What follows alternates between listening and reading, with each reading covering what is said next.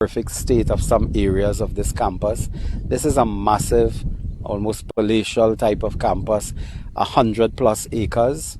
It is covered mainly, 75% is covered, as a derelict site, as a rust site, overrun in some areas by bush and grass and vine. And the railings, all the fabricated work and so on is in a state of rust and decay. The swimming pool is empty. The sporting facilities are, run down.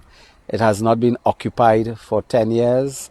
I felt extremely angry that in 10 years, the PNM government never opened this campus. And the horrible sight to see student halls unoccupied, potentially beautiful classrooms and lecture halls.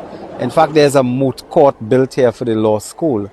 I mean, I told the principal it looks like the International Criminal Court. It looked like the ICC or the International Court of Justice in The Hague.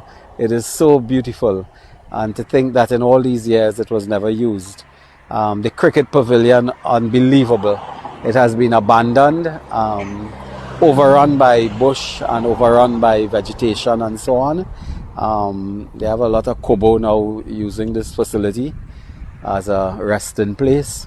When we looked at the classrooms and so on, we have the photographs, of course, of what would have been beautiful boardrooms and teaching facilities and so on, run down with. It's just horrible to see it. On the other hand, Reutech has been occupying here for some time, a short time, and there are facilities that are being used, and you can see where has been used and where they have fixed. It is top of the line, state of the art facilities. This will take some funding to renovate, to rehabilitate, really, to refurbish in some cases. It is intricate work,